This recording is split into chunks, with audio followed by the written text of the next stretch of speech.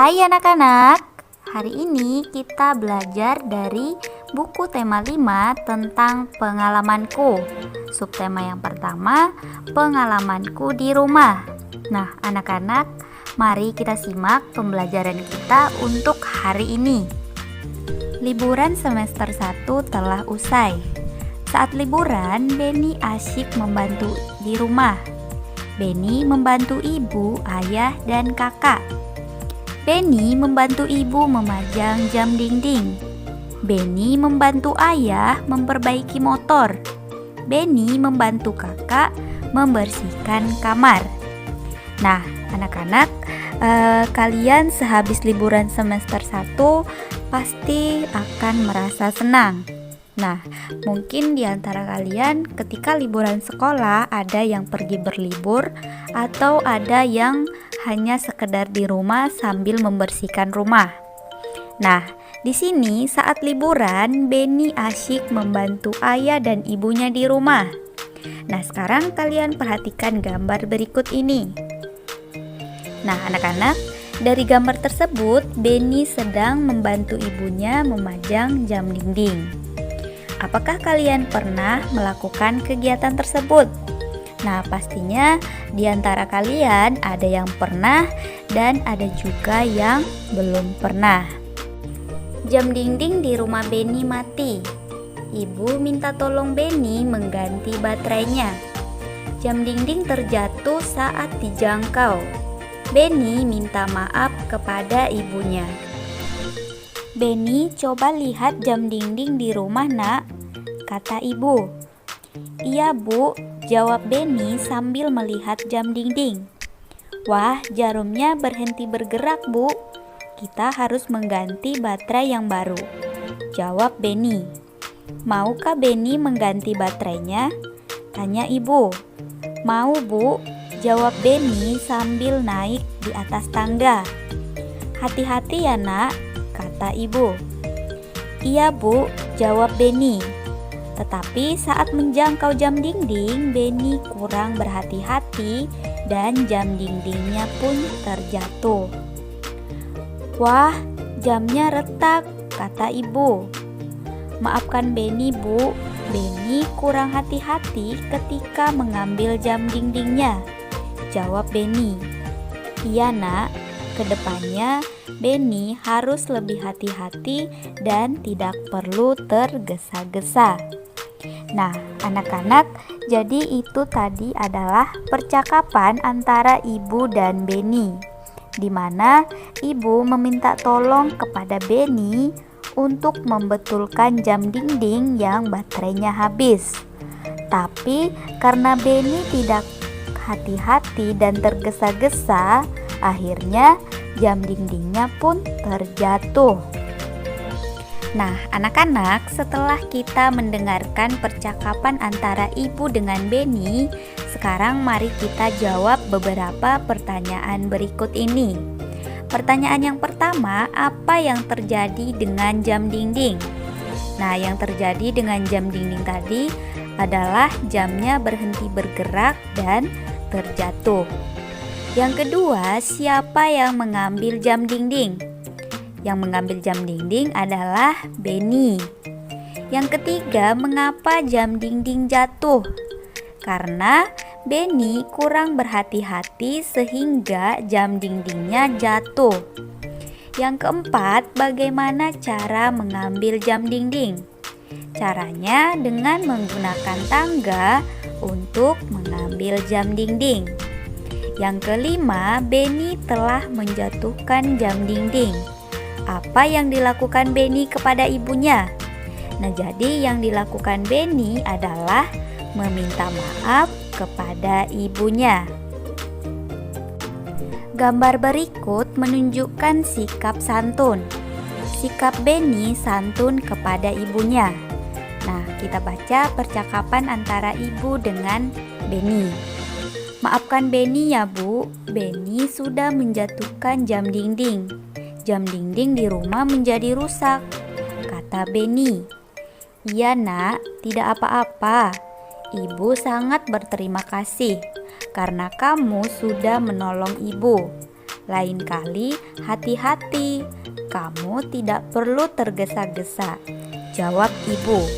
Nah, anak-anak, jadi percakapan antara ibu dan Beni ini adalah contoh sikap santun.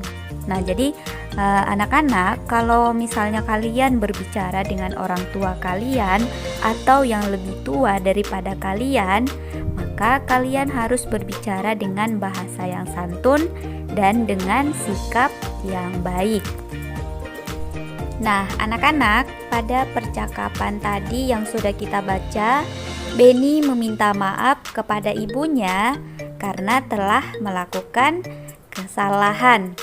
Nah, anak-anak, pernahkah kalian berbuat salah? Nah, kira-kira ketika kalian melakukan kesalahan, apa yang kalian ucapkan jika kalian berbuat salah? Ya, tentunya kalian akan mengucapkan kalimat permintaan maaf. Nah, kalimat permintaan maaf biasanya diucapkan bila kita melakukan kesalahan. Dan ketika kita juga mengucapkan kalimat permintaan maaf, kita harus menggunakan kalimat yang santun saat mengucapkan kalimat tersebut. Nah, anak-anak, setiap kalimat permintaan maaf itu semua ada maknanya. Nah, sekarang mari kita pelajari tentang makna dari kalimat permintaan maaf tersebut. Nah, di sini contoh kalimat permintaan maaf yaitu, Dira, maafkan aku karena aku tidak datang di pesta ulang tahunmu, kata Dipa. Nah, jadi kalimat permintaan maaf di atas maknanya Dipa meminta maaf kepada Dira karena tidak dapat datang di pesta ulang tahunnya. Jadi itu adalah makna dari permintaan maaf tersebut. Kemudian contoh yang kedua, Dita, maafkan aku sudah menghilangkan bonekamu, ucap Sari. Nah, kalimat permintaan maaf di atas maknanya Sari meminta maaf kepada Dita karena sudah menghilangkan boneka Dita. Nah, jadi itu adalah makna dari setiap kalimat permintaan maaf. Beni teringat tugas dari gurunya. Tugasnya mengukur panjang benda-benda yang ada di rumah. Beni ingin mengukur panjang jam dinding. Berapakah panjang jam dinding ini? Sebutkan alat yang digunakan untuk mengukurnya. Nah, jadi alat yang digunakan untuk mengukur jam dinding tersebut adalah penggaris. Nah, jadi penggaris ini biasa disebut juga sebagai mistar.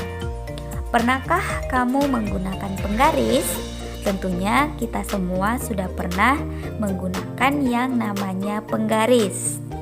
Sebutkan benda yang pernah diukur dengan penggaris. Nah, anak-anak, coba kalian sebutkan kira-kira benda-benda apa saja yang bisa diukur dengan penggaris. Nah, tentunya bisa pensil, meja, kursi, televisi, buku, dan lain-lain. Sebutkan satuan ukuran yang ada di penggaris. Nah, jika kita perhatikan penggaris berikut ini, maka yang menjadi satuan ukurannya adalah cm. Nah, cm ini singkatan dari sentimeter. Nah, jadi itu adalah satuan ukuran yang terdapat pada penggaris. Pilihlah benda yang dapat diukur dengan penggaris. Berikan tanda centang pada gambar tersebut. Nah, di sini gambar yang pertama adalah gambar kotak tisu. Nah, jadi kotak tisu ini bisa diukur dengan menggunakan penggaris. Kemudian gambar yang kedua adalah gambar pintu. Nah, jadi biasanya pintu itu diukur dengan menggunakan roll meter. Kemudian gambar yang ketiga gambar meja. Jadi meja ini biasanya bisa diukur dengan menggunakan penggaris. Kemudian gambar yang keempat gambar tangga. Nah, tangga ini biasanya diukur dengan menggunakan rollmeter. Kemudian gambar yang kelima, figura foto. Nah, jadi figura foto ini diukur dengan menggunakan penggaris. Dan gambar yang keenam adalah gambar akuarium. Nah, jadi akuarium ini bisa diukur dengan menggunakan penggaris. Nah, anak-anak, pernahkah kalian mendengarkan lagu yang berjudul Pelangi-Pelangi?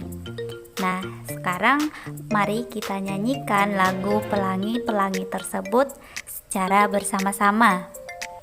Pelangi-pelangi, alangkah indahmu, merah, kuning, hijau, di langit yang biru. Pelukismu agung, siapa gerangan, pelangi-pelangi, ciptaan Tuhan. Nah, anak-anak, jadi itu adalah lagu yang berjudul Pelangi-Pelangi. Nah, anak-anak, tahukah kalian bahwa tekanan nada pada lagu itu ada dua, yaitu tekanan nada kuat dan tekanan nada lemah. Nah, anak-anak, jika tekanan nadanya kuat, maka tandanya seperti ini. Dan jika tanda nadanya lemah, maka tandanya seperti ini. Nah, anak-anak, selain tekanan nada kuat dan nada lemah, lagu juga biasanya dinyanyikan dengan panjang dan pendek.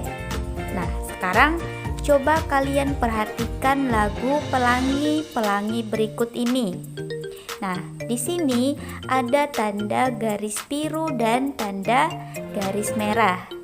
Nah, jika tandanya garis biru berarti lagu ini dinyanyikan dengan bunyi yang pendek. Dan jika ada tanda garis merah, maka lagu tersebut dinyanyikan dengan bunyi yang panjang. Nah, anak-anak, sekarang mari kita nyanyikan lagu Pelangi-Pelangi dengan melihat bunyi yang panjang dan bunyi yang pendek pada lagu tersebut. Pelangi-pelangi, alangkah indahmu, merah, kuning, hijau, di langit yang tinggi. Pelukismu agung, siapa gerangan, pelangi-pelangi, ciptaan Tuhan.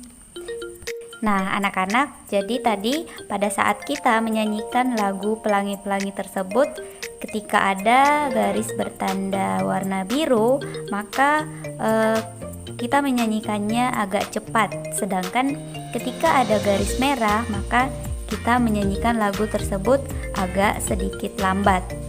Nah, anak-anak, jadi itu adalah contoh bunyi yang panjang dan bunyi yang pendek pada lagu yang berjudul Pelangi-Pelangi. Nah, anak-anak, sampai di sini materi pembelajaran kita untuk hari ini dari buku tema 5, subtema yang pertama, pembelajaran yang pertama. Semoga apa yang Ibu sampaikan dapat kalian pahami dengan baik. Ibu ucapkan selamat belajar dan tetap sehat-sehat selalu ya. Dadah.